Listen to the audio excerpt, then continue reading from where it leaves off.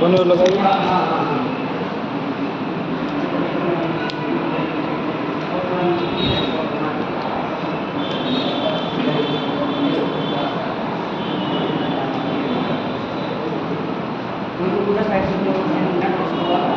अरे वो सही है यार।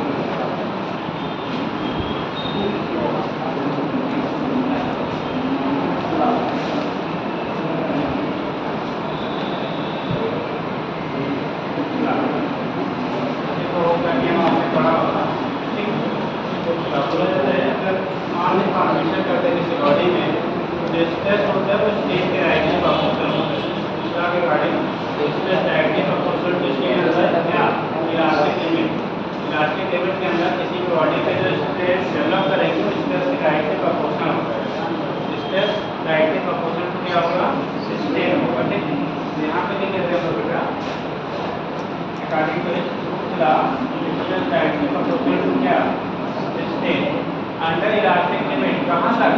इलास्टिक लिमिट के अंदर ठीक। तो स्ट्रेस बाय स्ट्रेन आप लिखोगे स्ट्रेस अपॉन क्या? स्ट्रेन। ये इसी को मॉडुलस ऑफ इलास्टिसिटी कह देते हैं। ये मॉडुलस है। अब यहाँ पे 3 टाइप को डिवाइड कर लेंगे। आपने पढ़ा हुआ है मॉडुलस, बल्क मॉडुलस और शियर मॉडुलस। ये मॉडुलस ऑफ रिजिडिटी ठीक। इनका कैटेगरी में हम लोग बांट लेते हैं। इसी को कहा जाता है उपचला। क्या कहते हैं? उपचला। यानी कि under elastic limit stress is directly proportional to क्या? स्ट्रेन। स्ट्रेस और स्ट्रेन एक दूसरे की डायरेक्टली क्या होते हैं? प्रोपोर्शनल होते हैं। जैसे हम लोग स्ट्रेस की वैल्यू बढ़ाएंगे, स्ट्रेन की वैल्यू में क्या करेंगे? इंक्रीज करेंगे ठीक। स्ट्रेस अप्लाई करेंगे तो स्ट्रेन की वैल्यू में भी इंक्रीजमेंट आपका होगा। देखिएगा ठीक है, वो चला लीजिएगा। For small deformation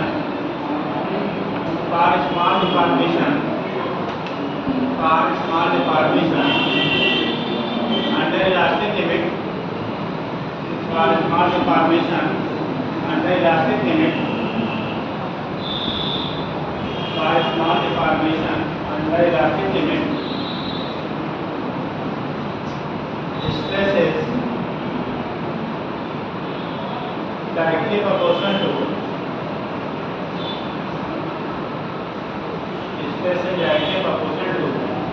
corresponding strain. Stress is directly proportional to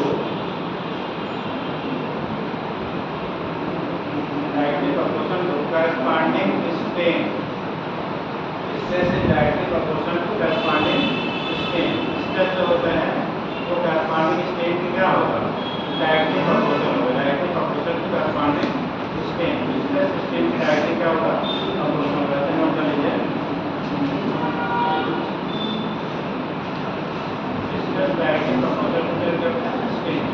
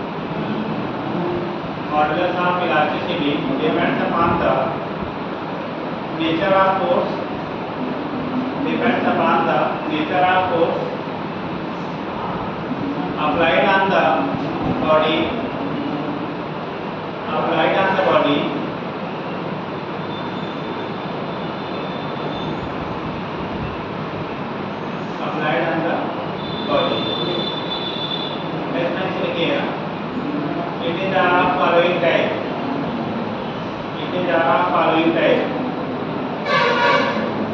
It is are of following type. Next continue. It is are of following type. ये आपके मॉडल का वेलोसिटी है उसको डिफरेंट टाइप में तो बेटा बांट देते हैं are of following type. पहला लिखेंगे n मॉडल का वेलोसिटी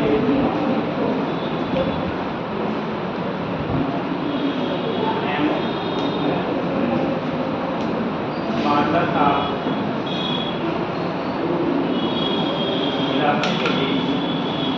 देखा है चल करते हैं वाई बोलते हैं लोग गामा बोलते हैं या मॉडल का इलास्टिसिटी नोट कर लीजिएगा एम मॉडल का इलास्टिसिटी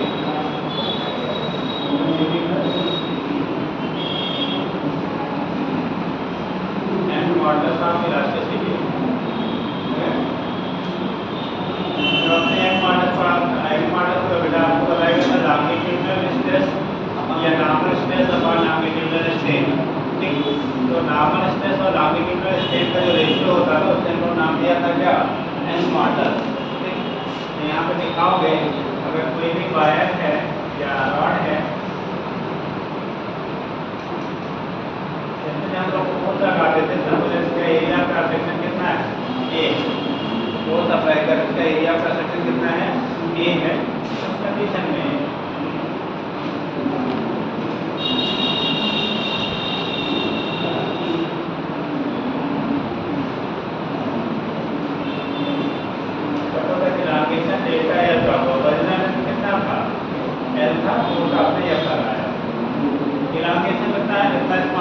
किया जाता है जिससे इसके एरिया में कोई इफेक्ट ना हो, एरिया रिमेंस हम लोग का कांस्टेंट होता है। ठीक, उस केस में एन मॉडल आपका जो होता था, एन मॉडल की वैल्यू होती थी नॉर्मल स्ट्रेस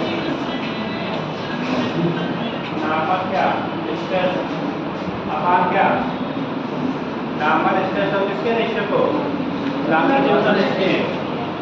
देखिएगा बेटा normal stress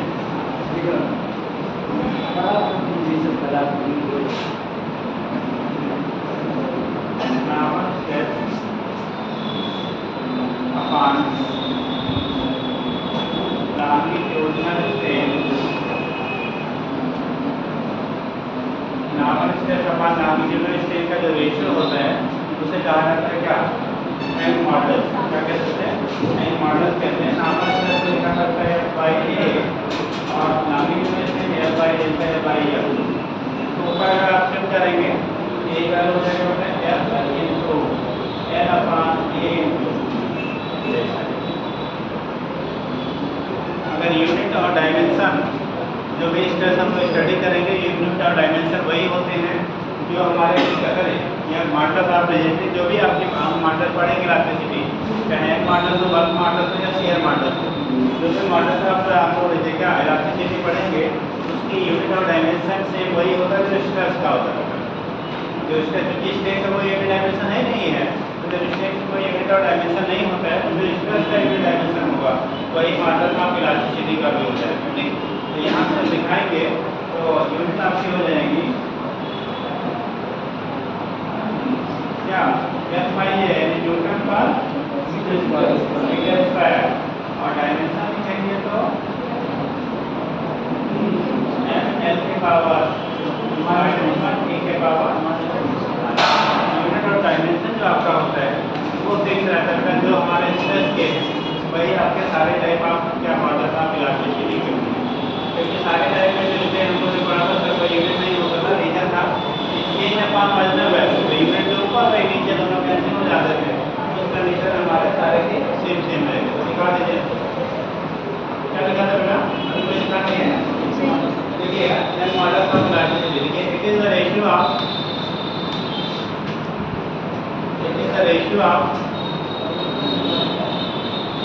normal stress to the ratio of normal stress to the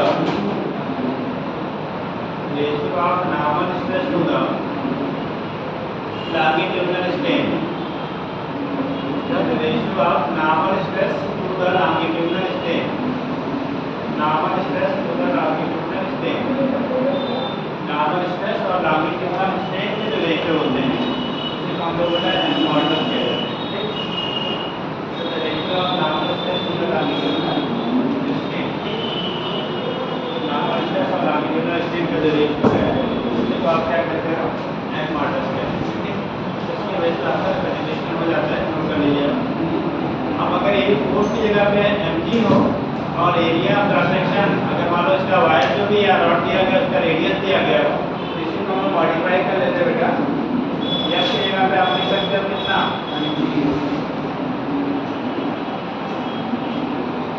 mg हो जाएगा, mg तो यार अपान पाई r स्क्वायर इनटू कितना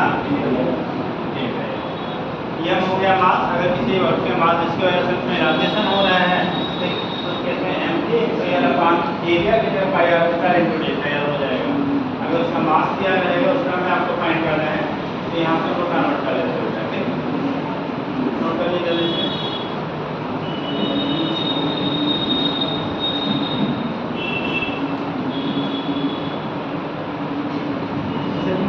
प्रॉपर्टी ऑफ सॉलिड में आएगा जब सही टाइम में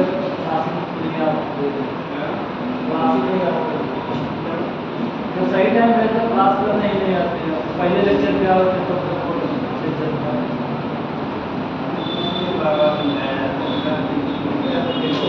रेगुलर ना आए तो कोई मतलब नहीं।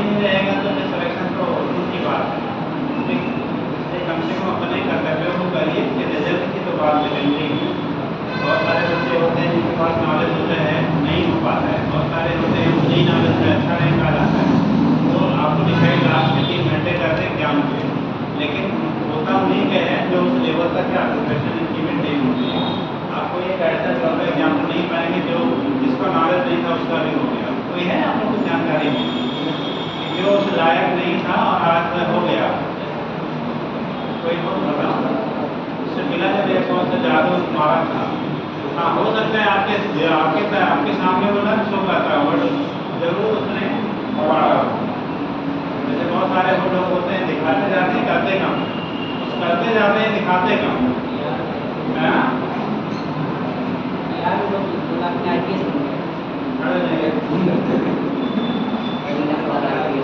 क्या कह रहे हो?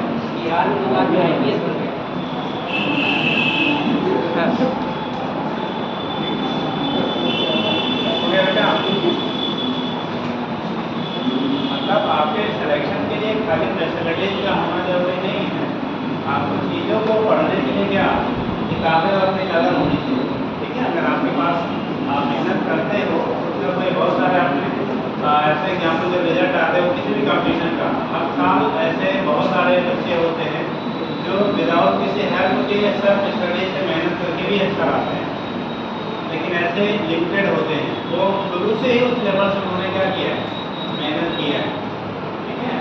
बेसिक से ही मतलब लोअर क्लासेस से ही उन्होंने अपनी मेहनत के दम पे उतना किया है, कुछ चीज़ें आपकी हैं बहुत सारे हैं टॉप रैंक में भी आते हैं, लेकिन उन्होंने पहले से किया था। ऐसा नहीं कि ज़्यादा वो 10 दिन में लग गया और उन्होंने कर लिया, ऐसा नहीं। बहुत सालों सालों से उस मेहनत को मेंटेन किए थे तो जाके होता है, ठीक है। तो वही चीज़ है। और अगर आपने पहले से नहीं उतना किया तो भाई लग के करना पड़ेगा, ठीक। चलिए हो गया बेटे मैच देखेंगे। ये एन मॉडल्स ऑफ इलास्टिसिटी, दूसरा होता है बल्क मॉडल्स ऑफ इलास्टिसिटी। दूसरा बल्क मॉडल्स ऑफ इलास्टिसिटी।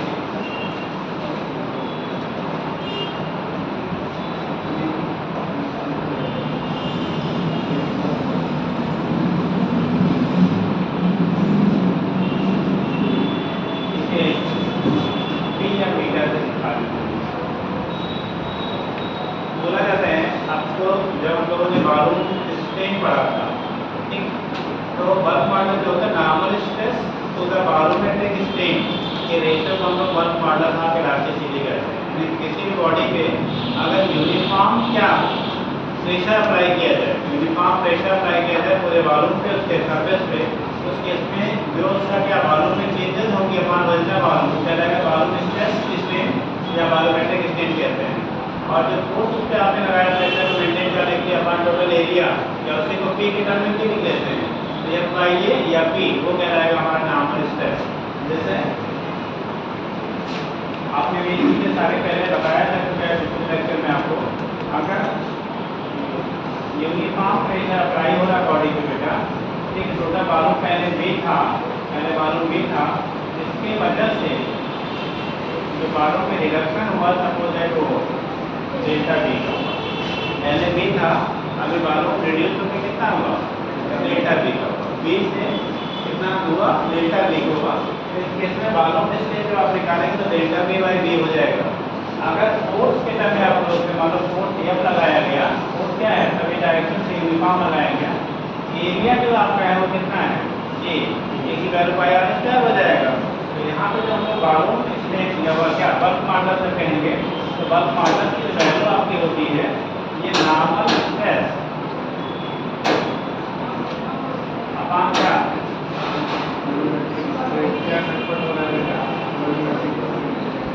बालों में स्ट्रेन पहला तो नहीं कितने वाला है कौन सा वाला है तो बस ये ना बाकी जो भी लेते हैं कोई बात नहीं। बालों में स्ट्रेन तो यहाँ पे कंडीशन क्या करेंगे नॉर्मल स्ट्रेस हो गया बेटा कितना F by A upon delta B upon B. F by A को यहाँ पे हम लोग प्रेशर के टर्म में भी बोलते हैं क्योंकि यूनिफॉर्म पूरे सरफेस पे रखता है, इसीलिए इसे हम लोग प्रेशर भी ले लेते हैं। तो this is also called P, delta B B ऊपर चला जाए P B upon delta B के बराबर हो जाता है। ठीक है, बल्क मॉडल्स की वैल्यू हम लोग इस टर्म में भी लिखते हैं P into B upon delta B, ये कहलाता है हमारा बल्क मॉडल का मिला दीजिए। तो लिख लीजिएगा it is the ratio of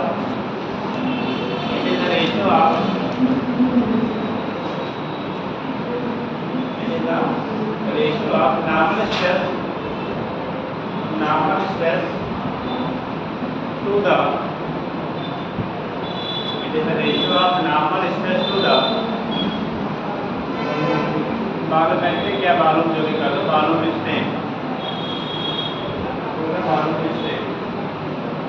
थोड़ा सा जो नहीं है थोड़ा डायग्राम बना लीजिए कर दीजिए। यूनिट डायमेंशन इमेज सेम रहेगा बेटा, यूनिट डायमेंशन आप आर टाइप आप क्या मॉडल आप इलास्टिसिटी आप से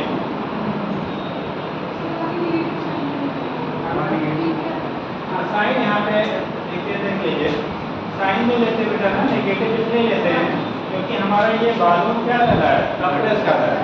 अगर यही चीज़ हम अंदर से लगाते हैं इस डायग्राम के रिगार्डिंग हमारा क्या देंगे हम लोग नेगेटिव। अगर आप अंदर से प्रेशर किसी तरह से आप डेवलप कर लीजिए तो ये साइन हमारा क्या हो जाएगा पॉजिटिव, यानी कि अगर कंप्रेशन हो रहा है सिस्टम में तो साइन नेगेटिव, अगर एक्सपेंशन होगा तो साइन पॉजिटिव।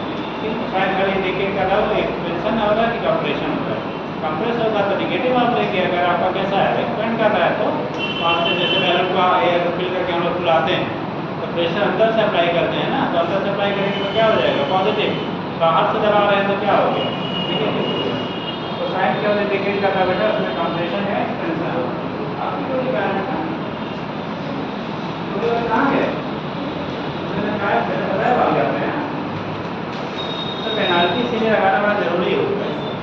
ठीक, जो सिस्टम लगाई गई है ना बहुत ज़रूरी होती है। ठीक, चलिए देखिए हो गया। अच्छा कितना पेनाल्टी के सर उसमें है पक्ष में बिना बताए गायब होने पे उनके ऊपर जुर्माना और जुर्माने की राशि जो होगी हर टेस्ट के टॉप 5 वाले बच्चों को पुरस्कार के रूप में दिया जाएगा। क्यों नहीं किताबें खिला दिया जाएगा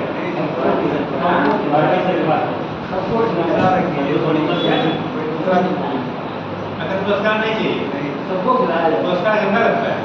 नहीं सर, हाँ वो तो उस पे हो गया ना, वो तो टेस्ट के बेसिस पे हो गया। हाँ तो जो अच्छा करेंगे किसको बातें नहीं बहस नहीं एक लोग बोल रहे हैं तब आप अपनी बात रखिएगा इसमें कौन सा दम है आप उनकी बात सुन लीजिए फिर अपना वाला बताइएगा कि क्या आप कहना चाह रहे हैं। जैसे कि जिसका मतलब जो ऑप्शन कम रहे उसको पुरस्कार मिलना चाहिए। एब्सेंट कम रहे वो तो है ही है, ठीक, प्लस जो है जो क्या करे बेहतर करे आपके नाम पे 2 पुरस्कार सबको नहीं सबको फिर फायदा क्या हुआ यार? जो जितने लोग आए पार्टी हो जाए क्लास में। पार्टी नहीं, पार्टी अलग चीज होती है। पार्टी खाने के लिए होता फिर रोड वाले भी आ जाएंगे। मतलब खाने की जनता थोड़ी है।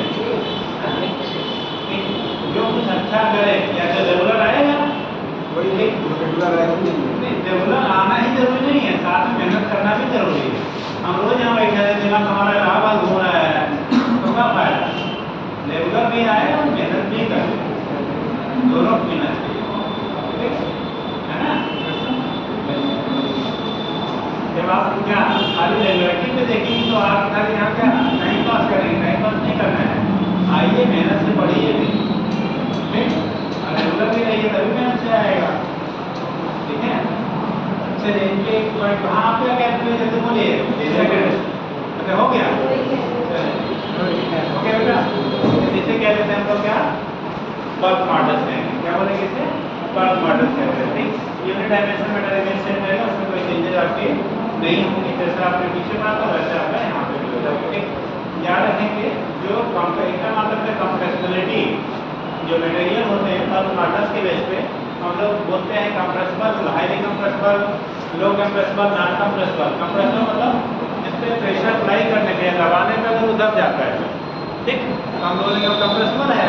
और अगर वो नहीं दब रहा है, नहीं कंप्रेस हो रहा है, मतलब नॉन कंप्रेसिबल है या कंप्रेसिबल है, ठीक? और थोड़ा दब रहा है, थोड़ा नहीं दब रहा है, तो क्या होगा? उसकी कंप्रेसिबिलिटी क्या होगी? उन दोनों के बीच में ही आपकी करेगी। जैसे हम लोग राज्य शास्त्र के पेजेस हमने पढ़ा है, सॉलिड, लिक्विड एंड गैस। कितने पेज पढ़ते हैं? सॉलिड, लिक्विड एंड गैस की देनी है, जल्दी जल्दी जल्दी। सॉलिड, लिक्विड और गैस, इसमें सबसे ज़्यादा कंप्रेस हम किस पेज में कर सकते हैं? सबसे ज़्यादा किसको दबा सकते हैं? गैस। और सबसे कम सॉलिड। उनके बीच में इसमें क्या आपका होता है? जो गैसेस पेजेस होते हैं वहाँ पे कंप्रेसिबिलिटी क्या होगी? सबसे ज़्यादा, यानी कि सबसे ज़्यादा हम उसे क्या कर सकते हैं? कंप्रेस कर सकते हैं। आपके घरों में सिलेंडर आता है गैस का, आता है ना? उसमें कितना बड़ा होता है? 15 किसी कंपनी का 15.6 लिखता है, कोई 15.2 लिखता है, कोई 14.9 लिखता है। अलग अलग कंपनियों का 200-400 ग्राम का डिफरेंसेस है। आने वाले 15 मान लीजिए 15 किलो गैस उसमें फीड होता है। अगर 15 किलो गैस को एटमॉस्फेरिक प्रेशर में छोड़ दिया तो पूरा एरिया भर जाएगा, है ना? आप देखते हैं थोड़ा सा लीकेज होता है, पूरा घर में इसमें आने लगती है, ठीक? इसका मतलब इसमें कैसे है? वहाँ तक पहुँचा तभी तो आई ना, ठीक? वो कंडीशन आपका जो होता है, यानी कि सबसे ज़्यादा कंप्रेसिबिलिटी जो पाई जाएगी वो कितने पाई जाएगी? Gaseous phases. सेकेंडरी होता है लिक्विड। लिक्विड में भी कंप्रेसिबिलिटी नहीं के बराबर बहुत स्मॉल होता है। अगर हाई प्रेशर अप्लाई करते हैं तो लिक्विड की साइड क्या करेगा? कंप्रेस करेगा। तो कंप्रेसिबिलिटी की वैल्यू क्या होगी? लिक्विड में भी वेरी स्मॉल होती है। फिर तीसरा होता है सॉलिड। अब सॉलिड में दो कंडीशन होती है, एक आपने क्रिस्टलाइन सॉलिड पढ़ा होगा, दूसरा एमॉर्फस पढ़ा होगा। आपने अब तो सॉलिड स्टेट हटा दिया, बहुत सारे यूनिट हमारे इम्पोर्टेंट क्या कर देंगे? सिलेबस से उड़ा देंगे, हैं? आप कम पढ़ो, आगे बढ़ो, हाँ? पढ़ के कुछ ना कर पाओ, ठीक? तो कंडीशन क्या है आपका? जो आपका सॉलिड यानी कि क्रिस्टलाइन सॉलिड और एमॉर्फस सॉलिड दो टाइप का हम लोग पढ़ते थे, ठीक? तो इसमें जो क्रिस्टलाइन सॉलिड होते हैं वो क्या इनकम्प्रेसिबल होते हैं, उन्हें आप कंप्रेस नहीं कर सकते हैं। जबकि एमॉर्फस सॉलिड जो होता था उसका एडिटिंग क्या होता है? कंप्रेसिबल। जैसे लकड़ी है और इसे दबाएगा तो दबेगा कि नहीं दबेगा? नहीं दबेगा, दबेगा कि नहीं? लकड़ी क्रिस्टलाइन है कि एमॉर्फस है? ये वुड जो है जिसमें आप बैठे हुए हो, एक क्रिस्टलाइन सॉलिड का एग्जाम्पल है एमॉर्फस का, हाँ? क्रिस्टलाइन है जी, ऐसा तो नहीं जाना। अरे हमारे पावर इतना नहीं दबाने का, इसलिए नहीं दब रहा है। अगर उसका क्या आप देखो कंप्रेसर को जो मशीन वगैरह पकड़ के दबाते हैं ना, दबाइए तो दब जाएगा बेटा। अगर क्या क्रिस्टलाइन होगा तो ब्रेक कर जाएगा, वो दबेगा नहीं, ठीक? ये अगर आप कंप्रेस करिए प्रेशर मशीन से तो दब जाता है, ठीक? उस कंडीशन में क्या होगा? जो एमॉर्फस वाले हैं वो स्लाइटली कंप्रेसिबल होते हैं, थोड़ा बहुत उसे हम कंप्रेस कर सकते हैं, बट क्रिस्टलाइन वाले जो होते हैं वो नॉन कंप्रेसिबल होते हैं, ठीक है? तो उसी की वजह से कंप्रेसिबिलिटी का आया। अब जो कंप्रेसिबिलिटी होती है जब उन्होंने बल्क मॉडल्स पढ़ा, जिसका बल्क मॉडल्स की वैल्यू ज़्यादा होगी, जिसका मतलब कंप्रेसिबिलिटी उसकी क्या होगी? कम होगा ना भाई, थोड़ा तो दबेगा। अगर आपका बल्क मॉडल ज़्यादा है, इसका मतलब उसमें हमें कंप्रेस कम कर पाएंगे। जिसके लिए बल्क मॉडल की वैल्यू लार्ज होती है, उसकी कंप्रेसिबिलिटी जो होगी वो कैसा होगा आपका, स्मॉल होगा।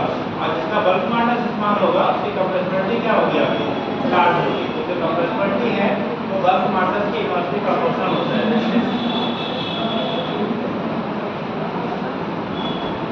Compressibility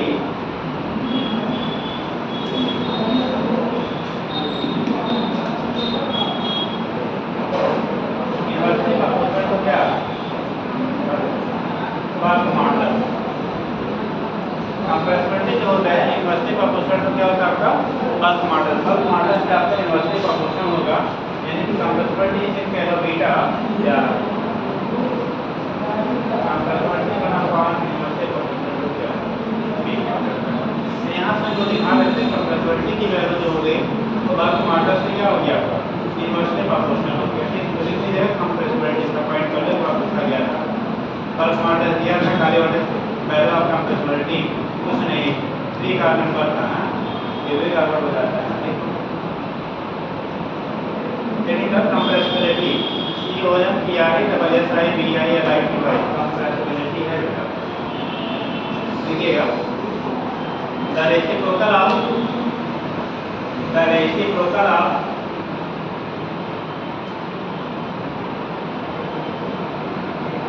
the reciprocal of bulk modulus, reciprocal of bulk modulus is called compressibility, is called compressibility of the material। Bulk models के रेसिप्रोकल को बेटा हम लोग क्या नाम देंगे, कंप्रेसिबिलिटी कहते हैं। Reciprocal of bulk models is called compressibility of the material. Note कर लीजिए।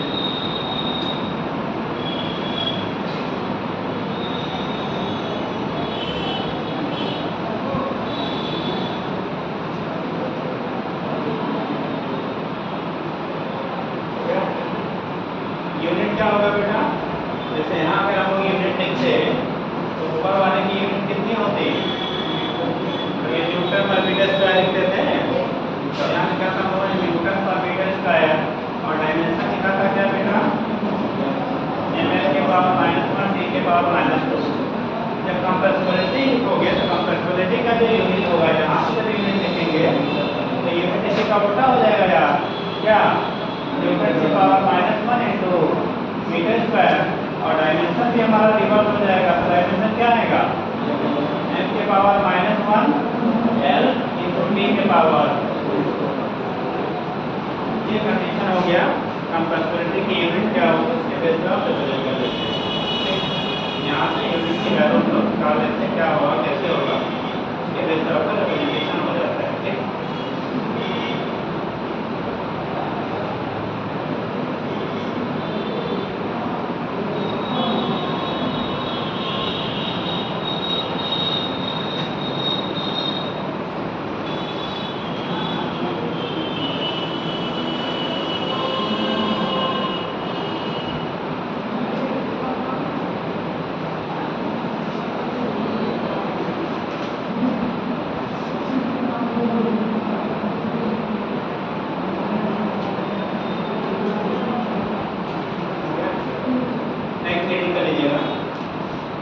Modulus of rigidity.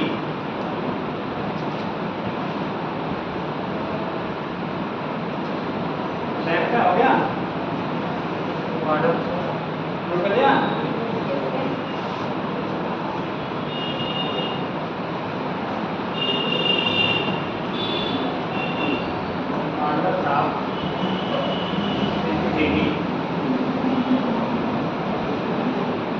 Modulus of rigidity, modulus of rigidity,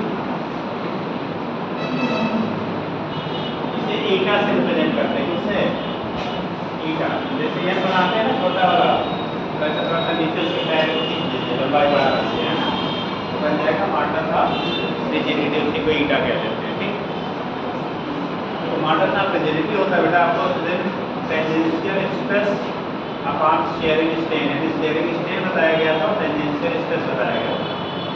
क्या होता है सर, गायब हो गया, बार बार आपको निवेदन किया जाता है कि गायब नाम प्राप्त होगा।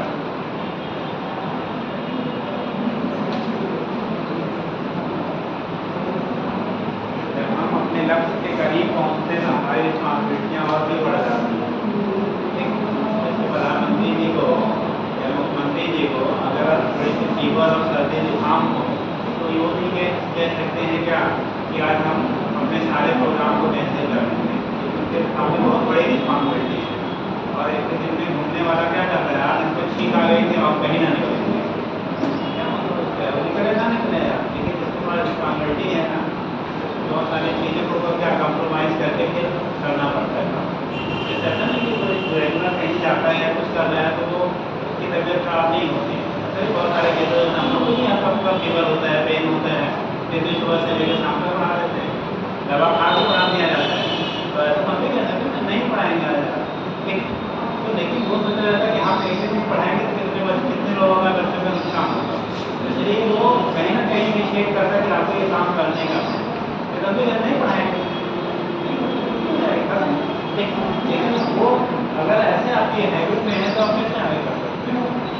इसलिए आप लोग प्रयास करिए कि बहुत एडवर्स कंडीशन हो, ठीक, मतलब लगे ना छींक आ गया था, सर्दी हो गई थी, थोड़ा सा पेन हो रहा है तो छुट्टी मार दिया, इतना छुट्टियाँ मार के डॉक्टर जी ने कुछ अच्छा बनना नहीं पाता, ठीक, तो कुछ अच्छा करने के लिए आपको बड़ी कुर्बानियाँ देनी पड़ती है। या पड़ोसी क्या क्या है, बर्थडे पार्टी है तो साफ सुथरा से लगे हैं उनकी मदद में, अरे ये बर्थडे पार्टी मनाने दो यार, ठीक है, जिसमें आपका सिलेक्शन नहीं होगा पूछे नहीं आएंगे भैया आपने हमारे बर्थडे में कैसे लिए आप नहीं हुए, बड़े कुछ नहीं है, कुछ नहीं, आप बच जाएंगे तो सब पूछेगा, नहीं तो कोई नहीं पूछता है।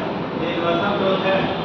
और ये ऐसी चीज़ों को ऐसे लोगों से मिलकर सीख लिया करिए जो उच्च पद पे हो, कुछ टाइम के लिए उस पद से हट जाएँ, ठीक है, तो जाकर उनसे मिले थे। अभी अपने यहाँ के अच्छे एक तरह से कह लिए राजनेता हैं, मैं इसका भी है, ठीक, तो अभी उससे पहले आपने तो यहाँ से सभी लोग यही सुविधा करते जानते होंगे अध्यक्ष हुआ करते हैं, तो ये अच्छे इंसान भी हैं, वैसे उनकी तारीफ नहीं कर रहा, पार्टी के आज के पद में हैं, अच्छे इंसान भी हैं, इसलिए पर्सनली हम लोग बहुत पुराना रिलेशन है, लेकिन उस रिलेशन के नाते नहीं बोले, वो खुद ऐसे अच्छे इंसान हैं।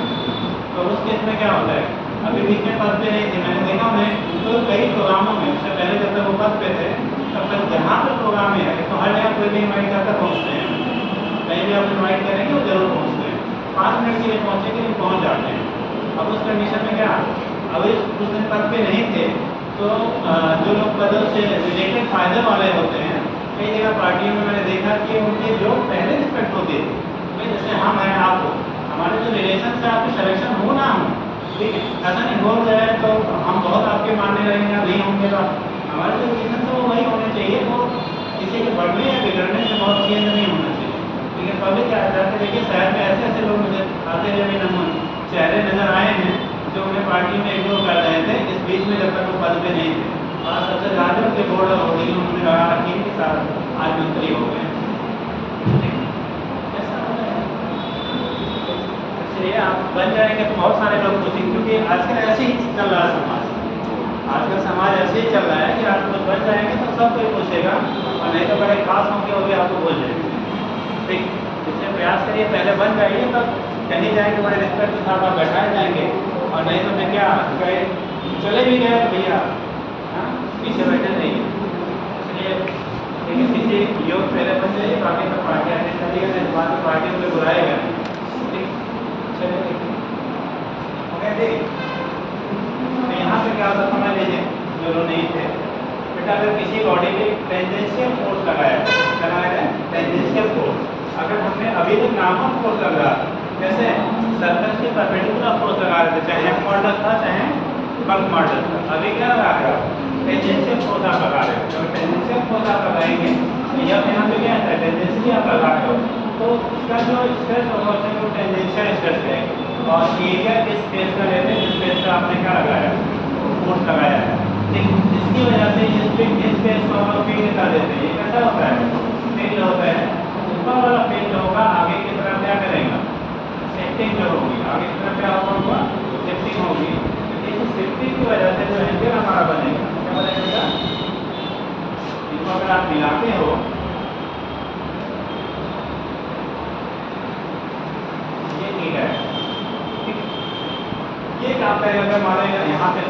माइनस क्या हुआ, उस साइड में हमारे यल थे, तो एक्स बाई यल काम कहलाएगा शियर स्ट्रेन, और एफ बाई ये जो होगा वो काम करेगा किसका, नॉर्मल स्ट्रेस, शियरिंग स्ट्रेस का काम करेगा। याद रखेंगे एरिया उस पेज का लेंगे जिस पेज पे हमने फोर्स लगाया है, और फोर्स कैसे लगाया है, टेंजेंशियल, एक दिन कहता है स्पर्श रेखा, जैसे हमने ऐसे लगाया, तो दिस इज द टेंजेंशियल, ऐसे लगाया तो नॉर्मल, ठीक। टेंजेंशियल फोर्स आप लगाते हो तो यहाँ पे कंडीशन क्या होता है, जब आप दिखाएंगे तो कंडीशन हमारा क्या बनेगा, अगर शियरिंग स्ट्रेस की बात करें आप बीटा की, तो ये होगा टेंजेंशियल स्ट्रेस, टेंजेंशियल क्या स्ट्रेस अपॉन इसका शियरिंग स्ट्रेन उसे बोलते बेटा, shearing strain, tangential stress upon shearing strain का जो रेशियो आपका होता है उसे हम लोग कह देंगे क्या, कौन सा, मॉडुलस ऑफ रिजिडिटी क्या कहते हैं, मॉडुलस ऑफ रिजिडिटी कहते हैं। और अगर आप रखेंगे यहाँ पे तो फार्मूला एफ वाई ये ही आएगा, लेकिन ध्यान रखना है वहाँ पे एरिया नॉर्मल एरिया के परपेंडिकुलर फोर्स लगा सकते हैं, यहाँ पे जिस सरफेस पे टेंजेंशियल आप फोर्स लगाएंगे उसे कंसीडर करेंगे। तो यहाँ पे कंडीशन आप लिखेंगे एफ बाई ए अपॉन कितना, एक्स बाई एल, और इसी एक्स बाई एल को हम लोग थीटा के टर्म में ले लेते हैं, इसी टर्म में थीटा के टर्म में, तो थीटा की जो वैल्यू होगी F by A into theta के बराबर यहाँ पे unit and dimension remain same रहेगा जो बाकी के केस में, ठीक। तो वो सभी के लिए क्या होता है, सेम होता है, तो सेम हम लोग कह लेते हैं मॉडुलस ऑफ रिजिडिटी, ठीक, नोट कर लीजिए। चलिए डिफाइन कर लिया है कि नहीं, it is the ratio of, it is the ratio of, it is the ratio of tangential stress, the ratio of tangential stress to the ratio of tangential stress to the shearing strain, the ratio of tangential stress to the shearing strain, ratio of tangential stress to the shearing strain, tangential stress और shearing strain का क्या होता है, ratio होता है, ratio of tangential stress to the shearing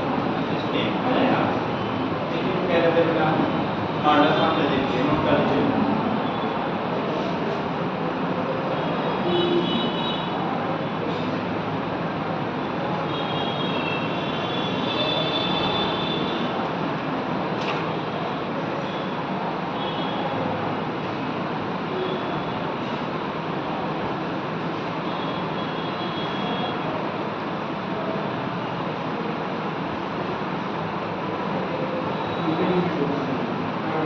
इसका ये नहीं देना, वही सबका सेम सेम है, इसी का हाँ दो समान एरिया और मीटर पर मीटर स्क्वायर, सभी टाइप के जितने भी मॉडल आप इलास्टिसिटी हैं उन सबका, और सभी टाइप के क्या स्ट्रेस का यूनिट और डायमेंशन जो होगा वो मीटर पर मीटर स्क्वायर, डायमेंशन एमएल के पावर माइनस टी के पावर माइनस, मतलब सब सेम ही है, कोई चेंजेस नहीं।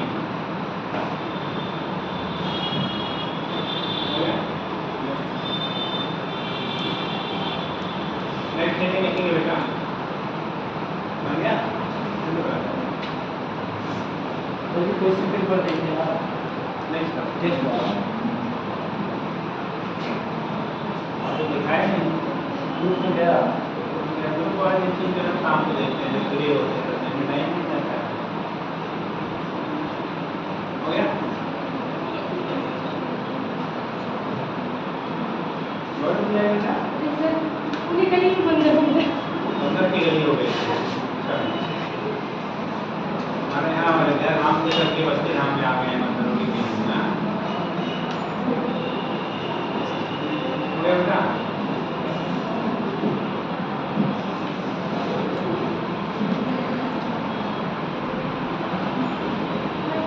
देखिएगा स्ट्रेस स्टेट का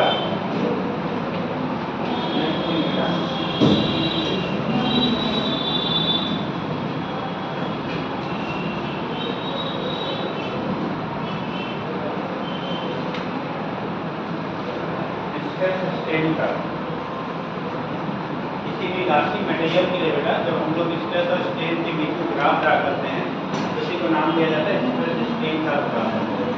अगर किसी इलास्टिक मटेरियल की बात करते हो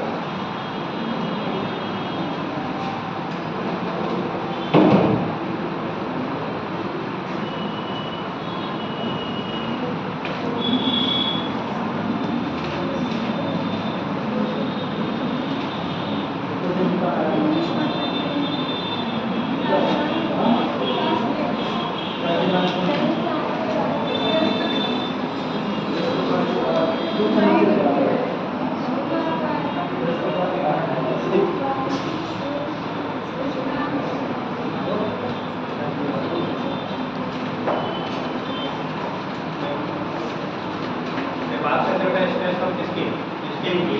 तो स्ट्रेस स्ट्रेन जब की बात करेंगे तो किसी भी इलास्टिक मटेरियल पे किसी वायर को ठीक है इसी को हम लोग स्ट्रेचिंग आर्म वायर भी कहते हैं। क्या कहते हैं स्ट्रेचिंग आर्म वायर को अगर खींचा जाए तो कैसे उसमें स्ट्रेस और स्ट्रेन के बीच में ग्राफ मिलेगा तो उसी को स्ट्रेस स्ट्रेन का या स्ट्रेचिंग आर्म वायर के नाम से पढ़ा जाता है।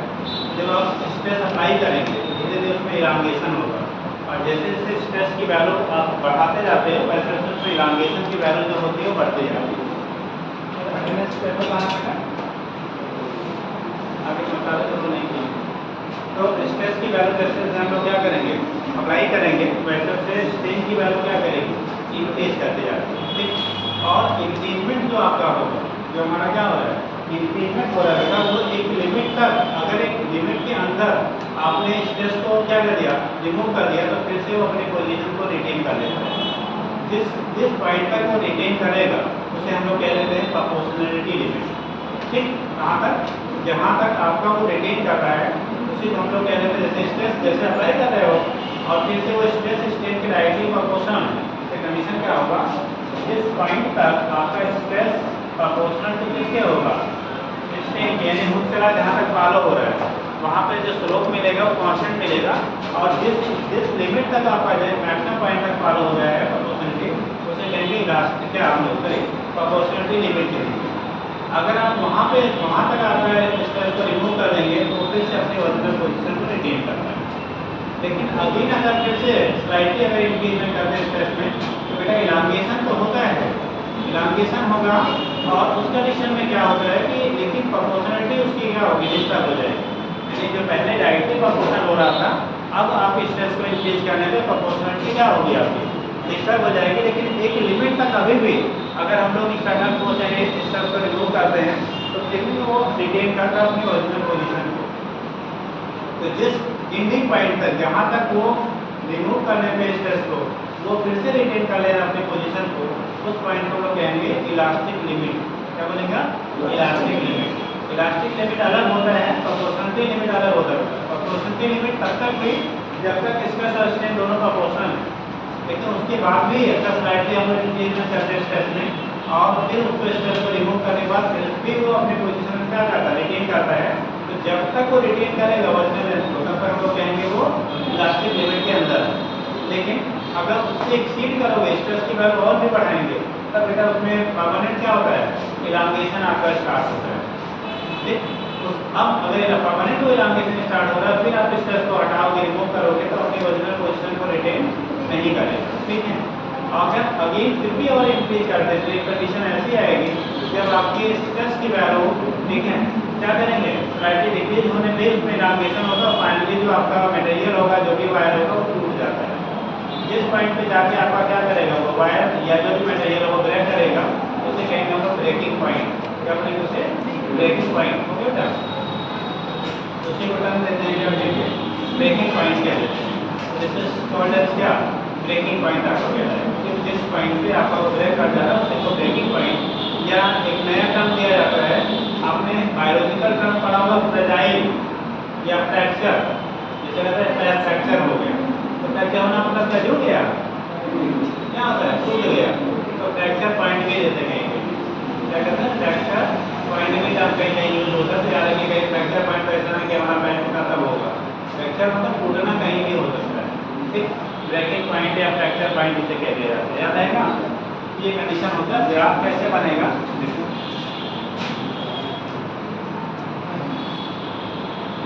स्ट्रेस और इसे बोलते हैं बेटा स्ट्रेन। क्या बोलेंगे? Stress and strain. होता क्या है, जब हम लोग फोर्स बढ़ाना शुरू करेंगे, स्ट्रेस की वैल्यू को इंक्रीज करते हैं, उसी रेशियो में आपका स्ट्रेन की वैल्यू भी आपकी इंक्रीज करने लगती है। स्ट्रेस इंक्रीज करने के साथ साथ उसी रेशियो में क्या होगा आपका स्ट्रेन की वैल्यू भी आपकी इंक्रीज करती है। ठीक, जब तक दोनों प्रोपोर्शनलिटी फॉलो कर रहे हैं तब तक वो कह रहा है कि प्रोपोर्शनलिटी क्या मैक्सिमम जहाँ पे फॉलो हो रहा है उसे प्रोपोर्शनलिटी लिमिट कहेंगे, और वहाँ पे जो रीजन है इसे प्रोपोर्शनलिटी रीजन कहता है, यहाँ से यहाँ तक ये प्रोपोर्शनलिटी को फॉलो कर रहा है। इस पॉइंट के बाद अभी भी हम लोग इस पॉइंट के बाद जब आप स्टार्टअप करते हो तो ऐसा नहीं कि अब यहीं की इलास्टिसिटी खत्म हुई, यहाँ पर खत्म नहीं होती है। फिर अगर आप स्ट्रेस को बढ़ाओगे तो आपका स्ट्रेन की वैल्यू बढ़ेगी, लेकिन अब प्रोपोर्शनलिटी नहीं, मतलब स्ट्रेट नहीं रहेगा, थोड़ा सा क्या हो जाता है, चौकस हो जाता है। तो इस पॉइंट को जहाँ पे आपको ये यहाँ तक पहुँचते हैं, अगर यहाँ तक आप क्या करते हो, रिमूव करते हो, स्ट्रेस की वैल्यू को रिमूव करते हैं, फिर से अपनी पोजीशन को रिटेन कर लेता है। तो ये जो पोर्शन आपका होता है यहाँ से यहाँ तक, इसे हम लोग इलास्टिक लिमिट कहते हैं, और इसे हम लोग कहेंगे प्रोपोर्शनलिटी लिमिट। इसे क्या बोलेंगे बेटा? इलास्टिक लिमिट, इसे बोलते हैं हम लोग प्रोपोर्शनलिटी लिमिट। अगर अगेन इसके बाद ठीक है, इसके बाद फिर हम लोग स्ट्रेस की वैल्यू इंक्रीज करेंगे तो स्ट्रेन की वैल्यू में इंक्रीजमेंट होता जाएगा। एक पॉइंट आएगा मैक्सिमम जहाँ पे स्ट्रेन आपका स्ट्रेस डेवलप होता है। ठीक, उस केस में आप दिखाओगे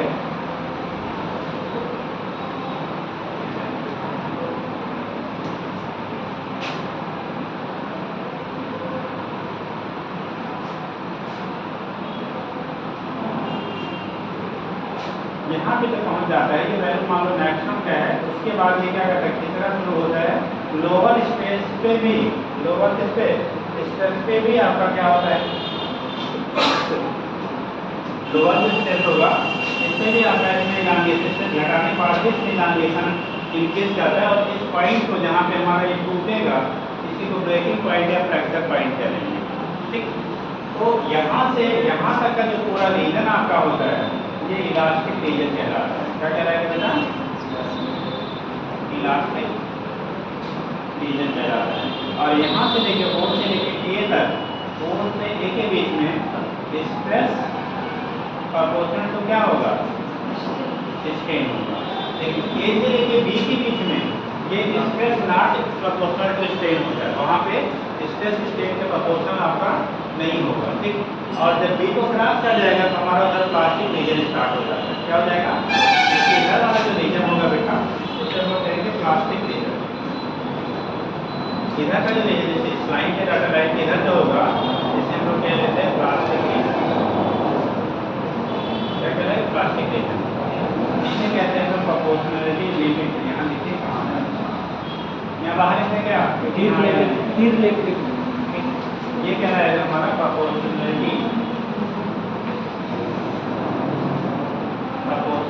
लिमिट, और ये क्या रहेगा हमारा इलास्टिक लिमिट। इलास्टिक लिमिट क्या रहेगा? ये क्या रहेगा? ब्रेकिंग पॉइंट, ब्रेकिंग या इसी को फ्रैक्चर क्या बोलेंगे बेटा? पॉइंट बोलेंगे। ठीक, ये मैक्सिमम स्ट्रेस, ये मैक्सिमम यानी कि यहाँ पे स्ट्रेस की वैल्यू जो होती है, स्ट्रेस की मैक्सिमम कंडीशन होती है। ठीक, मैक्सिमम स्ट्रेस अटेन करने के बाद अपने आप वायर क्या करना, खींचना शुरू हो जाता है। घर पे कांच की चूड़ियाँ देखा है, क्या कोई इलास्टिक चीज लीजिए, कोई दबा हुआ टाइप का, आप खींचते पहले क्या करेंगे, जैसे खींचेंगे आप छोड़ोगे फिर रिटेन करेगा, फिर एक लिमिट से अगर ज़्यादा खींच लिया तो आप देखेंगे उसमें थोड़ा बहुत परमानेंट डिफॉर्मेशन हो जाता है, और फिर खींचते जाइए तो पहले आपको फोर्स बढ़ाना पड़ेगा, स्ट्रेस बढ़ाना पड़ेगा। एक कंडीशन ऐसी आएगी कि स्ट्रेस कम होने के बाद खींचना अपने आप शुरू हो जाता है और फाइनली जाके टूट जाता है। ऐसा फ्रैक्चर आप कर सकते हैं। ठीक, ठीक, सोते सोते आराम से फ्रैक्चर हो जाएगा ना जी। सर जो पोस्टर कितना हुआ समझे?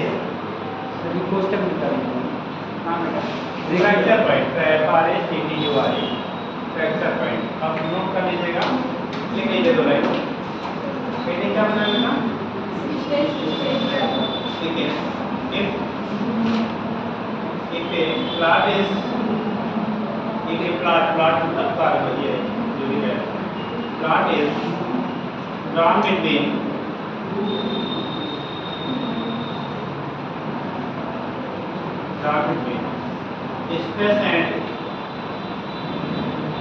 stress versus strain का plot is drawn between stress versus strain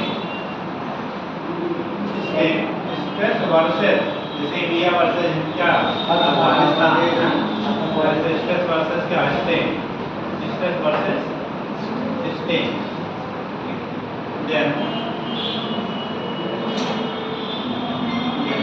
following क्या then following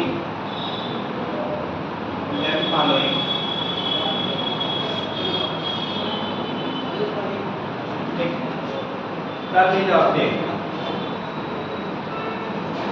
बना दीजिए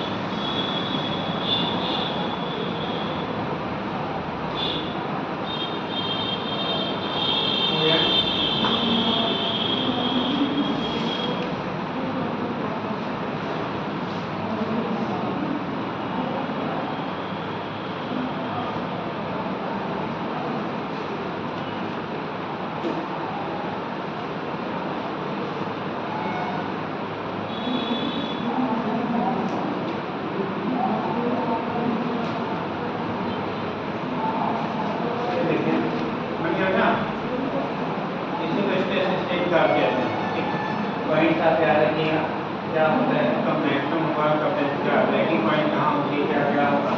अब इसमें थोड़ा सा इसके बेस पर जब हम लोग मटेरियल को बांटते हैं तो उसमें लीजिएगा, जैसे कुछ मटेरियल होते हैं ठीक है जिनकी प्लास्टिक रीजन कम होती है। अच्छा अगर इसका प्लास्टिक रीजन कम होगा वो जल्दी ब्रेक करेगा या ज़्यादा खींचेगा। जिसकी प्लास्टिक रीजन कम होगी उसकी ब्रेकिंग पॉइंट क्लोजर होगी या फादर तो जल्दी ब्रेक करेगा या ज़्यादा खींचेगा या कम खींचेगा। क्या रखेंगे जिसके लिए प्लास्टिक रीजन कम होता है उसकी ब्रेकिंग पॉइंट जल्दी मिलेगी तो वो एक लिमिट तक इलास्टिक लिमिट जैसे खत्म होगा उसके बाद वो टूट जाएगा ठीक, वो क्या करेगा ब्रेक कर जाएगा। लेकिन जिसकी प्लास्टिक लिमिट ज़्यादा होती है, प्लास्टिक रीजन ज़्यादा होता है ठीक, वो लॉन्ग टाइम यानी कि जब प्रोपोर्शनली हटने के बाद इलास्टिसिटी जहाँ पे लिमिट है, लिमिट क्रॉस करने के बाद भी लॉन्ग टाइम तक खींचता रहेगा, जल्दी टूटता नहीं है। अब देखिए कुछ मटेरियल जो आपको इलास्टिक तो होता है लेकिन जैसे उसके रीजन को खत्म होगा उसके बाद क्या करता है वो ब्रेक कर जाता है। कुछ होते हैं फिर उसके बाद बहुत लॉन्ग डिस्टेंस आप खींचते जाइए, उसके बाद जाकर उसकी ब्रेकिंग आपकी होती है। ठीक है, तो वो चीज़ आपकी होती है जो बैटर होगी मटेरियल, मतलब जिसको आपको अगर लॉन्ग फॉर्म में स्ट्रेस करना है, ठीक, क्या करना है, लॉन्ग फॉर्म में स्ट्रेस करेंगे, हाथ लगा लगेगा, वो धुला पानी पी लो, हाँ। तो उसका कंडीशन में क्या है, लॉन्ग फॉर्म में क्या करेंगे आप, ठीक है, अगर वो स्ट्रेस हो रहा है इसका मतलब क्या होगा, उसका प्लास्टिक रीजन ज़्यादा है और जो जल्दी से टूट जाता है उसका मतलब उसका प्लास्टिक रीजन क्या है, कम है। तो अगर दो आपको वायर दे दिया जाए, एक वायर खींचिए, एक को खींचा आपने, क्या थोड़े तो खींचने के बाद टूट गया, तो उसमें इलास्टिक रीजन कम था कि प्लास्टिक रीजन, तो जल्दी टूटा उसका प्लास्टिक रीजन कम है, जिसमें ज़्यादा खिंचता गया उसका प्लास्टिक रीजन क्या होगा, ज़्यादा होगा। इलास्टिक रीजन हम केवल अप्लाई फाइंड आउट कर सकते हैं जहाँ छोड़ने के बाद फिर से क्या कर रहा है, डिटेन कर लेगा, तो हम बोलेंगे वो इलास्टिक रीजन को डिसाइड करेगा, ठीक है। और ज़्यादा खींच रहा है वो इलास्टिक रीजन में डिसाइड करता है, वो फिर प्लास्टिक रीजन को डिसाइड करता है, तो याद रखिए इस चीज़ को, ठीक। नेक्स्ट रीडिंग करेंगे बेटा, बोले एक आता है कि जब हम किसी वायर को बेटा स्ट्रेस करेंगे ना, तो स्ट्रेस करने में हमें वर्क करना पड़ता है, क्या करना पड़ता है, किसी वायर को खींचने में आपको वर्क करना पड़ता है, और जो वर्क होता है वो स्ट्रेस वायर की पोटेंशियल एनर्जी के फॉर्म में स्टोर होता है। The work done will be stored in the form of क्या, पोटेंशियल एनर्जी, जो आपका वर्क डन होगा वो उसकी पोटेंशियल एनर्जी के फॉर्म में क्या होता है, आपका स्टोर होता है। तो वो पोटेंशियल एनर्जी के फॉर्म में क्या होता है, उसका स्टोरेज होता है। यहाँ से तो दिखा देते हैं, देखिएगा, एक पोटेंशियल एनर्जी आप पोटेंशियल एनर्जी स्टोर कर देते हैं, potential energy stored in a straight wire, potential energy stored in a straight wire, potential energy stored in a straight wire, जिसमें हम खींचे हुए तार में,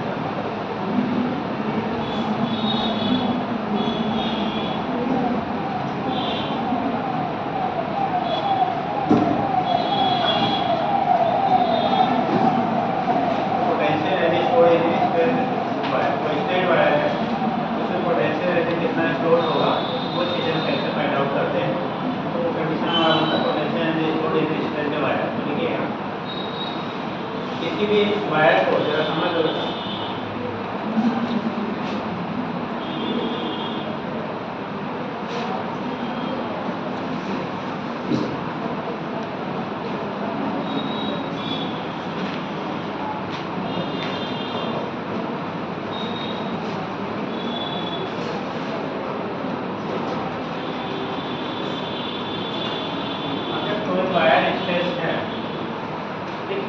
कोई वायर कैसा है आपका स्ट्रेच है, तो कितनी पोटेंशियल एनर्जी आपकी क्या होगा, स्टोर होगी।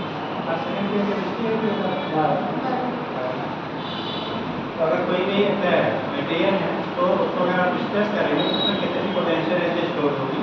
अब इसी तरह देख लो, आपने थोड़ा बहुत पढ़ा हुआ है, इसी स्प्रिंग से जब खींचते हैं ना, तो इसमें जो फोर्स जिसमें जो फोर्स डेवलप होता है वो उसके स्प्रिंग कांस्टेंट के बराबर होता है, पढ़ा है जैसे आपने पढ़ा होगा कि स्प्रिंग को अगर खींचा जाए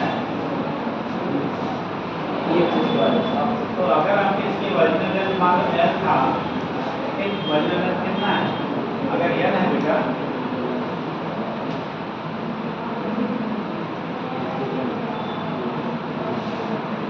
अगर वर्जिनल का एल है और इसको आपने स्ट्रेस कर दिया, क्या किया, स्ट्रेस करके इसकी लेंथ को इंक्रीज किया। अगर वर्जिनल के स्पीड में डेल्टा एल आपने इसमें इंक्रीजमेंट किया, ठीक, तो उस केस में आपको जो यहाँ पे बीच में फोर्स डेवलप होगा, ये तो बाहर की तरफ आप एक्सटर्नल फोर्स लगाओगे जो से खींचने के लिए, स्प्रिंग को अपनी पोजीशन को मेंटेन करने के लिए एक बीच में फोर्स डेवलप होता है, उसकी वैल्यू आपकी होती है माइनस के तो कितना, उसी को आप स्प्रिंग कांस्टेंट कहते हैं, क्या कहते हैं, स्प्रिंग कांस्टेंट।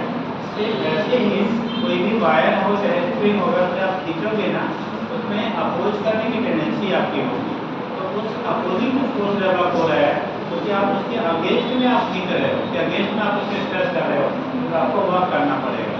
भाई कोई भी चीज़, जैसे मान हमने ये बॉटल लिया, अब बॉटल को हम नीचे से ऊपर उठा रहे हैं तो हमको वर्क करना पड़ा कि नहीं करना पड़ा, करना पड़ा, छोड़ दे तो नीचे से पाएगा। तो देखिए कि क्या करना, आप जब स्ट्रेस करोगे तो उसको खींचने में तो फोर्स क्या करेगा, जो नेचुरल फोर्स डेवलप होगा उसके कितने का अपोज करेगा, तो आपको वर्क करना पड़ता है। तो जो हम लोग बेटा वर्क डन करते हैं वही उसकी पोटेंशियल एनर्जी के फॉर्म में क्या होगा, स्टोर हो जाता है।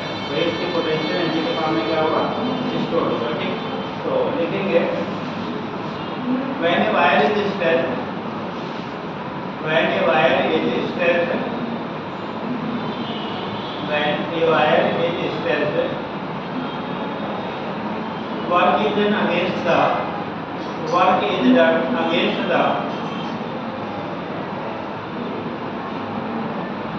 interatomic forces, against the interatomic forces, and this work is stored in the wire. This work is stored in the wire, and this work is stored in the wire in the form of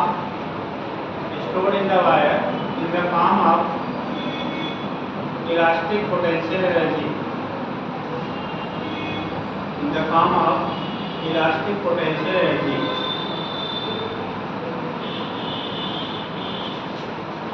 In the form of elastic potential energy. ठीक, तो वो उसकी elastic potential energy के form में क्या होगा, stored in the form of elastic potential energy. ठीक, अब कंडीशन क्या होगा कि पोटेंशियल एनर्जी आप दिखाएंगे, क्योंकि हम लोगों ने बेटा पढ़ा था क्या, इसमें जो फोर्स होता है मॉडुलस और फोर्स के टर्म में रिलेशन हम लोगों ने पढ़ा था। देखो अभी आपने पढ़ा था y इक्वल टू कितना, m into L apart a into कितना, डेल्टा एल पढ़ा था ना। यहाँ से f की वैल्यू निकालोगे बेटा तो आएगा क्या, y a into delta L apart L. क्या होगा, ये हमारा क्या किसकी वैल्यू हो गई, फोर्स की वैल्यू हो गई, y a into delta L apart L.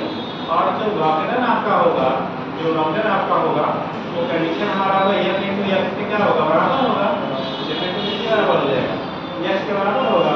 तो f इंटू x के बराबर है, इक्वेशन में आप डेल्टा एल तक करना है, तो आप उसी को इंटीग्रेट कर लीजिए। क्या करेंगे हम लोग, इंटीग्रेट करेंगे 0 से लेके कहाँ तक, l तक, तो क्या आ जाएगा, y a l into delta L को इंटीग्रेट कर रहे हैं 0 टू l से l इंटू डेल्टा एल, यानी l स्क्वायर अपान 2, वही तो हमारा क्या आ जाएगा, आगे आएगा तो बनेगा half y a upon l into delta x या डेल्टा एल जो भी लिया है उसका स्क्वायर हो जाता है। तो आप लिखिएगा, तो यहाँ पे जब हम लोग दिखाएंगे बेटा क्या दिखाएंगे, पहले अगर आप निकालते हो ऐसे डायरेक्ट अगर आप लिखते हैं पोटेंशियल एनर्जी जो स्टोर होगा तो नीचे लिखिएगा the potential energy stored in the wire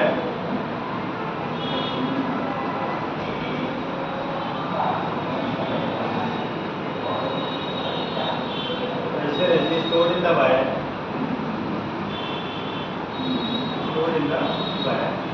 is given by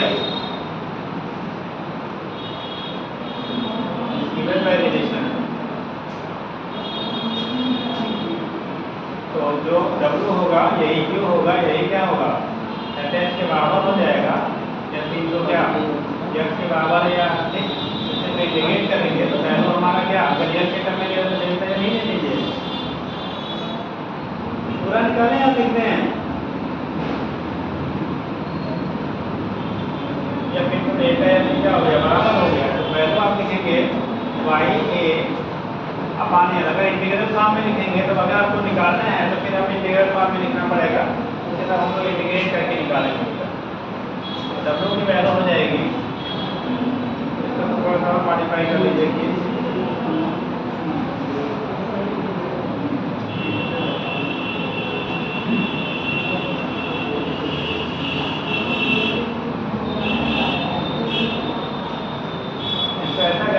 आप इलांगेशन को स्मॉल एल से दिखा दो और ओरिजिनल एल को किससे दिखा दो, कैपिटल एल से दिखा दो। इलांगेशन को स्मॉल एल से दिखा दो और ओरिजिनल एल जो बेटा है उसको कैपिटल एल से दिखा दो, इसको स्मॉल एल। ठीक, तो एफ की वैल्यू जब आप निकालेंगे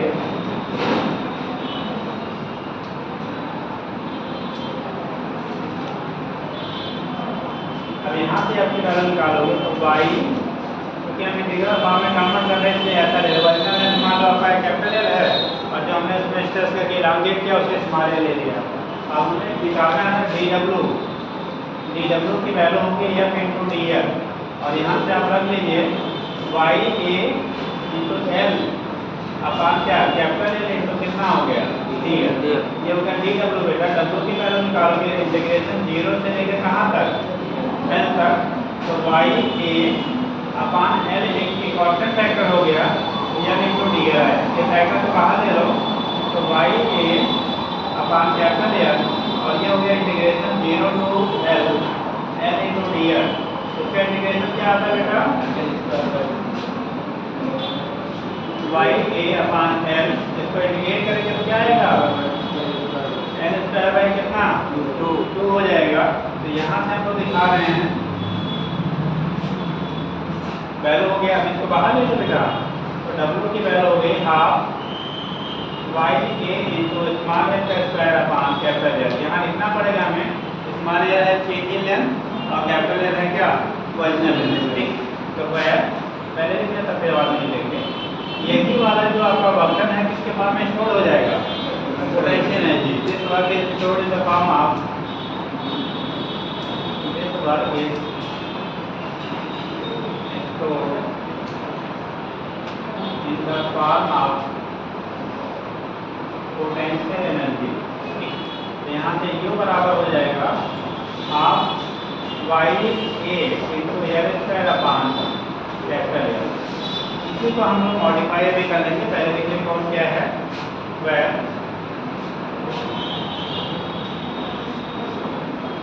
यहाँ पे y क्या होगा बेटा एन मॉडुलस y क्या है एन मॉडुलस। ये हो गया क्रॉस सेक्शनल एरिया या एरिया ऑफ क्रॉस सेक्शन क्या ले सकता है। ठीक, और small L in length capital L original length. हम लोग डेल्टा एल के टर्म में इसलिए डेल्टा एल कन्वर्ट करके अलाउ कैपिटल एल में कन्वर्ट कर दिया बेटा, क्योंकि इंटीग्रेट करने से वहाँ पे आपको समझने में डेल्टा एल को दिक्कत होती है, इसलिए भी कन्वर्ट कर लिया गया इस फॉर्म में। ये कंडीशन आपका होता है यहाँ से, इसी को अलग अलग फॉर्म में मॉडिफाई कर लेते हैं। देखिए यहाँ से प्रूव कर लीजिए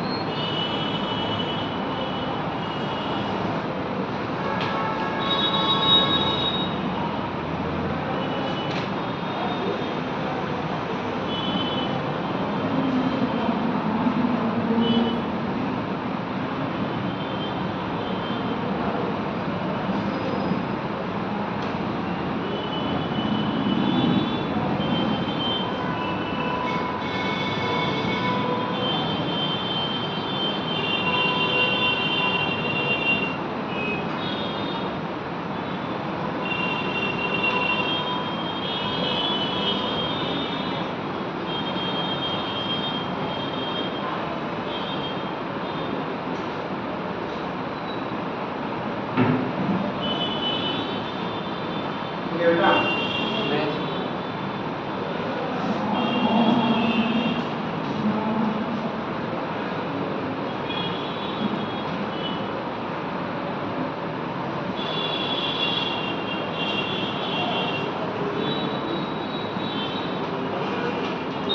ये तो हो गया पोटेंशियल एनर्जी टोटल स्टोर कितना होगा। अगर potential energy per unit volume आप निकालेंगे, ठीक, तो हम वॉल्यूम से क्या करेंगे डिवाइड करेंगे, तो नीचे लिखिएगा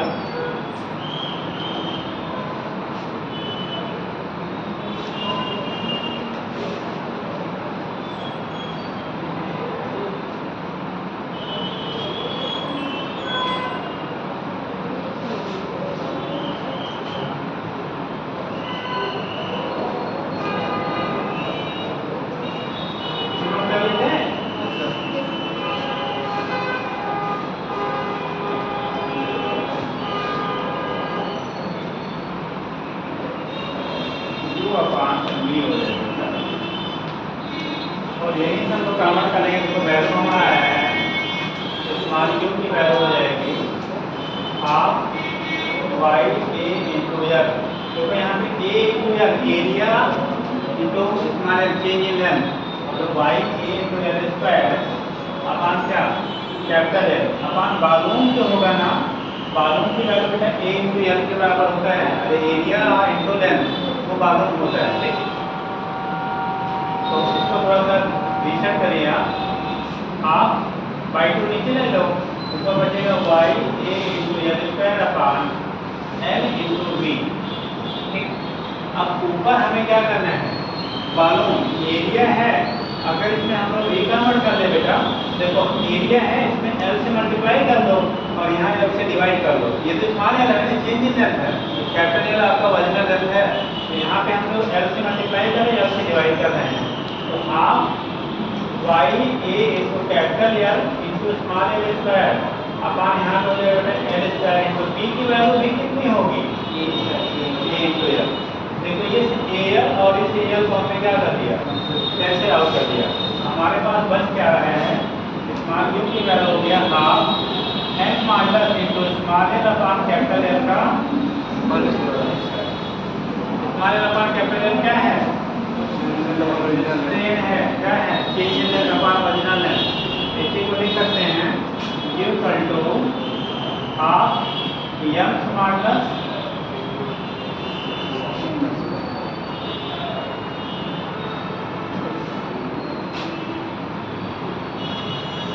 मॉडुलस इनटू स्ट्रेन का क्या, एक फार्मूला रिलेशन हमारा ये बनता है, यू की वैल्यू हो गई half N modulus into strain का स्क्वायर, ठीक। और दूसरा होता है stress upon strain, stress upon strain equal to M modulus, यानी कि एम मॉडुलस की जगह पर आप स्ट्रेस अपॉन स्ट्रेन लिख सकते हो, आर करके हैं किससे लिखेंगे ये इक्वल टू हाफ, इसकी जगह पे हमने लिख दिया स्ट्रेस अपॉन क्या स्ट्रेन इनटू स्ट्रेन का क्या पहले तो एक स्ट्रेन क्या हो जाएगा कैंसिल, तो बचा देगा ये equal to half stress into strain, ये दूसरा फार्मूला हो गया, ये की वैल्यू क्या हो गया आपका हाफ स्ट्रेस इनटू स्ट्रेन, ये सेकंड रिलेशन हमने एक हो गया potential energy per unit volume के लिए half N modulus into stress क्या स्ट्रेन का स्क्वायर, दूसरा हो गया हाफ स्ट्रेस इनटू स्ट्रेन, जो भी क्वांटिटी नोन रहेगी उसके बेस पर हम लोग यहाँ से अप्लाई करके कितना निकाल लेंगे, नोट कर लीजिए।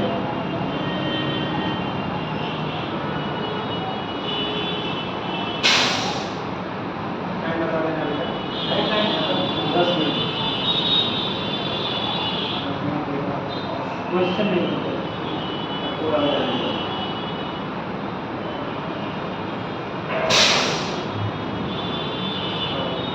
डेफिनेशन हो गया था, देखो बचा है अभी, देखो उसके बाद थर्मोडायनामिक्स आता है,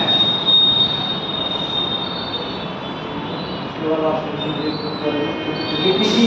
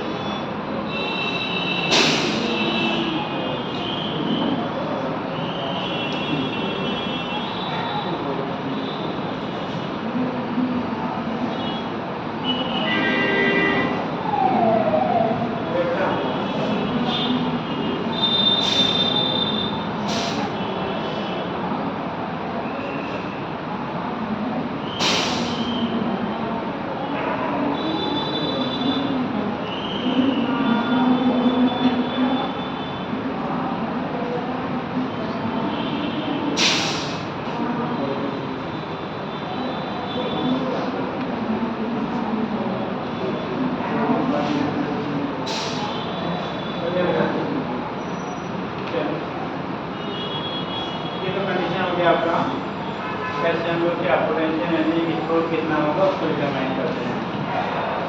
नेक्स्ट हो गया ना। नेक्स्ट देखिएगा, एक होता है अगर किसी भी मान लो कोई वायर है या कोई रॉड है, अगर उसे हीट करेंगे या कूल करेंगे, अगर गर्म करेंगे या ठंडा करेंगे, उसकी लेंथ में चेंजेस आती हैं। जैसे मान लो यहाँ से यहाँ दोनों दीवार के बीच में कोई अगर आपका कोई क्या मेटेलिक कोई क्या रॉड है तो लगा दीजिए आप, उसके बाद अगर उसके टेम्परेचर को आप चेंज करिए। जब टेम्परेचर चेंज करते बेटा तो उस कंडीशन में अगर आप हीट करोगे, हीट करेंगे तो सारे मटेरियल की प्रॉपर्टी होती है उसमें एक्सपेंशन हो या कंप्रेशन, एक्सपेंशन होगा। हीट करने पे चीज़ें फैलती हैं बेटा, एक्सपेंशन होता है तो क्या करेगा, एक्सपेंड होगा। जब एक्सपेंड होगा तो वॉल पे प्रेशर डेवलप करेगा। ठीक। दूसरा, अगर आप उसको जिस टेम्परेचर पे फिक्स किया था तो उसके रिस्पेक्ट में कूल करेंगे, ठंडा करेंगे, तो उस कंडीशन में क्या करेगा, कंप्रेस होगा। और जब कंप्रेस होगा तो क्या करेगा, वॉल को फिर अपनी तरफ खींचना चाहेगा। यानी कि दोनों ही केसेस में यहाँ पे एक फोर्स को डेवलप करेगा, मतलब वॉल को या तो पुश आउटवर्ड या तो पुश इनवर्ड करेगा। तो कंडीशन क्या होता है वहाँ पे, उसी को हम लोग थर्मल स्ट्रेस, ठीक है, स्ट्रेन कहा जाता है। ठीक है, वैसे हम लोग थर्मल स्ट्रेस और स्ट्रेन स्ट्रेस बोलेंगे तो हीटिंग की वजह से जो 4 एरिया लगेगा उसे थर्मल स्ट्रेस बोलोगे, और जब उसके लेंथ में चेंज हुआ बार ओरिजिनल लेंथ जो है उसके रेशियो को हम लोग थर्मल स्ट्रेन बोलेंगे। तो जैसे नॉर्मल स्ट्रेस और स्ट्रेन की बात किया था, ऐसे हीटिंग की वजह से अगर किसी वायर या किसी रॉड या किसी गटर जो भी है उसकी लेंथ में चेंजेस हो रही है, उनके रेशियो को थर्मल स्ट्रेस और थर्मल स्ट्रेन बोलेंगे। क्या बोलेंगे, thermal stress and thermal strain बोला जाता है। तो उसके बेस पर आपका यहाँ से रिप्रेजेंटेशन हो जाता है। ठीक, तो लिखेंगे thermal stress and thermal strain.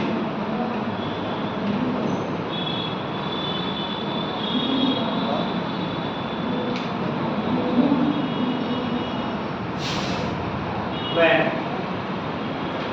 temperature of a body,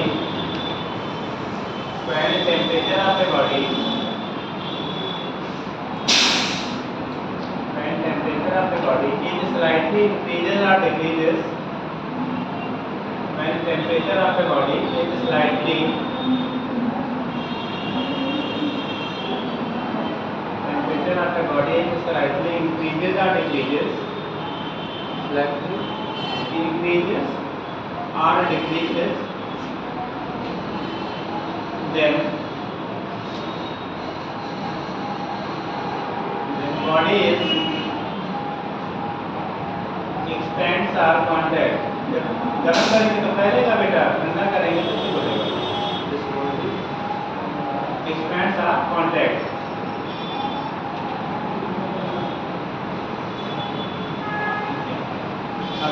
If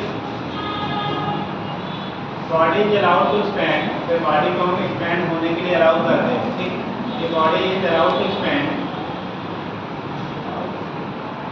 body is allowed to expand,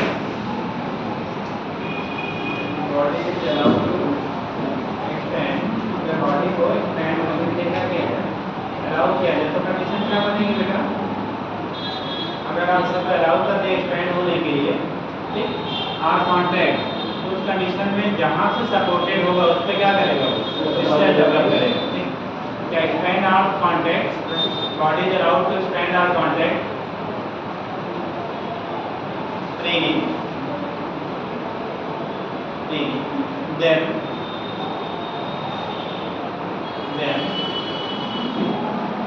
ये stresses, then stresses develop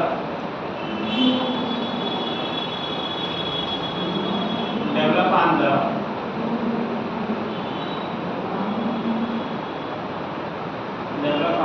space wall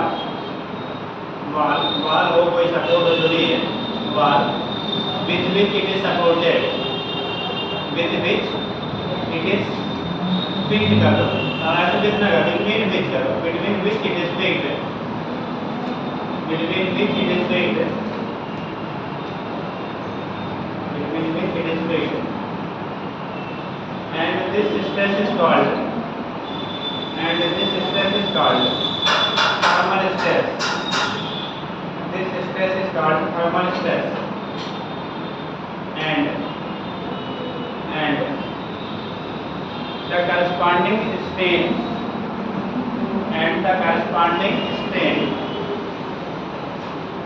and the corresponding क्या strain develop corresponding strain develop in the wire लिखा था rod लिखा था in the wire is called thermal strain ठीक इसे हम लोग काम देते हैं बेटा क्या कहते हैं थर्मल स्ट्रेन कहते हैं ये चीज आपकी होती है जैसे अगर आप बनाते हैं बेटा मान लो ये दो सपोर्ट हैं इनके बीच में एक आपने वायर ले लिया रॉड ले लिया जो भी ले लिया ये सपोज 2 फीट सपोर्ट है इनके बीच में रखा गया इसकी लेंथ ओरिजिनल एन है और टेम्परेचर टी था और इसमें कोएफिशिएंट ऑफ क्या लीनियर एक्सपेंशन अल्फा है कितना है अल्फा भाग आपका है ठीक इस मटेरियल को अगर आप गर्म या ठंडा करते हैं ये आपका सबसे मान लो ए है या मॉडल मटेरियल का आपका वाई है ठीक तो अगर इसे कूल या हीट कूल करेंगे तो कॉन्ट्रैक्ट करेगा हीट करोगे तो एक्सपेंड करेगा उस केस में अगर इसका एन है अल्फा है और हमने एरिया भी दे दिया है एरिया की वैल्यू ए है और मटेरियल का मॉडल आपका वाई है अगर इसे आप हीट करोगे तो एक्सपेंड करेगा और कूल करेंगे तो क्या करेगा वो कॉन्ट्रैक्ट करेगा अगर टेम्परेचर चेंज करने पे उसके लेंथ में डेल्टा एल का चेंज हो रहा है किसका हो रहा है डेल्टा एल का चेंज हो रहा है उस केस में ये मान लीजिए टेम्परेचर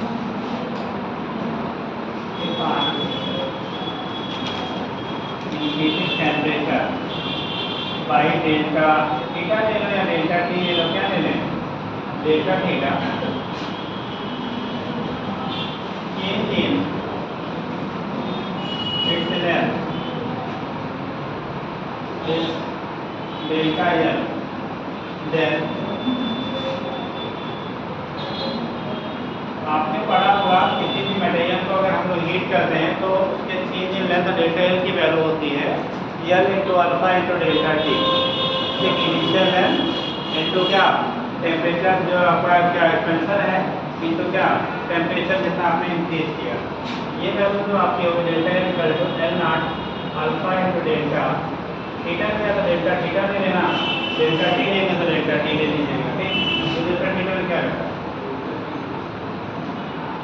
डेल्टा क्या है थीटा है तो ये वैल्यू हो गया इतना हमारा क्या हो रहा है उसमें इंक्रीजमेंट हो रहा है यानी कि अल्फा इंटू क्या L into alpha into delta T या सीधा टेम्परेचर अगर टी भी आया तो टी के टर्म में भी आप लिख सकते हैं अब यहाँ पे अगर थर्मल स्ट्रेन आप निकालोगे क्या निकालेंगे हम लोग थर्मल स्ट्रेन निकालेंगे तो उस कंडीशन में थर्मल स्ट्रेन की वैल्यू होगा change in length upon vector है तो अगर थर्मल स्ट्रेन आप फाइंड करना है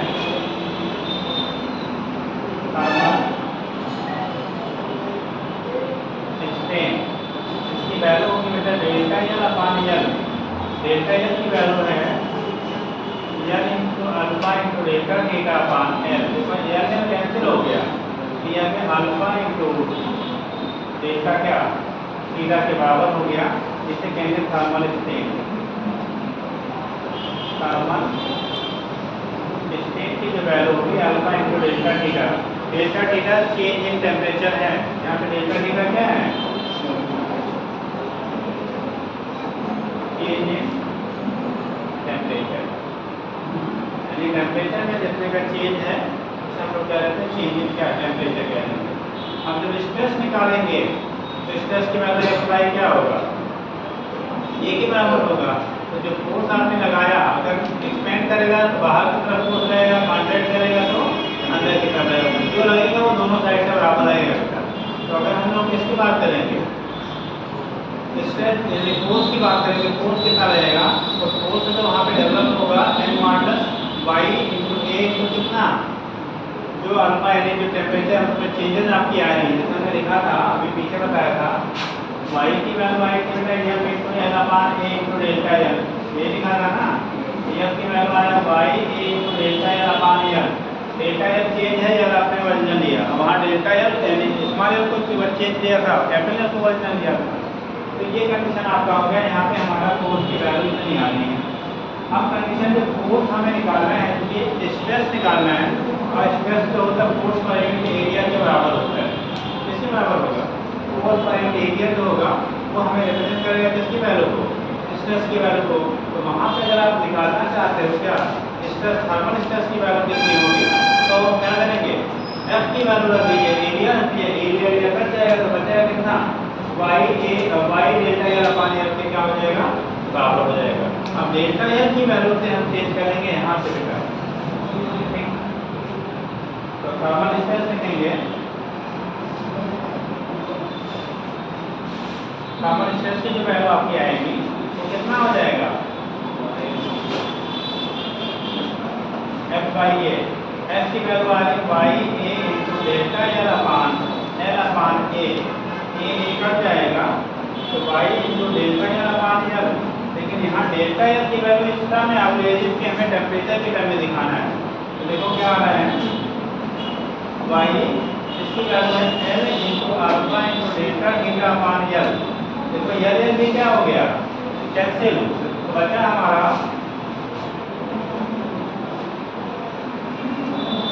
थर्मल स्ट्रेस इक्वल टू, अब हमारा कैसे लिया हो गया, बचा कितना, young modulus into alpha into delta theta.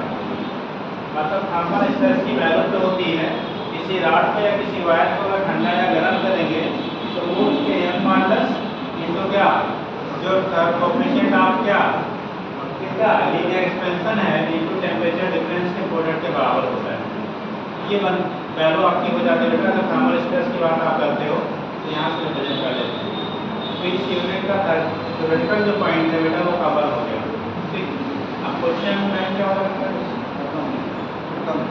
ठीक, तो आप क्वेश्चन कर डालिए कट करके, जिसको डाउट होगा किसी दिन उसी लेक्चर में कहीं बाद में आपको 10 मिनट देके उसको बता देंगे। ठीक, क्योंकि अभी जो क्वेश्चन जो दिया भेजा गया आज क्या थर्मोडायनामिक्स भेज दिया गया है, आगे थर्मोडायनामिक्स एक यूनिट के बाद है। अब वो जो 7-8 लेक्चर हम लोग लिक्विड के बाद, हाँ लिक्विड के बाद, हाँ, जो तो हम लोग बीच में क्या किसी यूपीपी के एग्जाम दिए हम लोग करवाए, यहाँ पे क्या हिंदी बरसात के कराएंगे हम लोग। चलिए फिर आप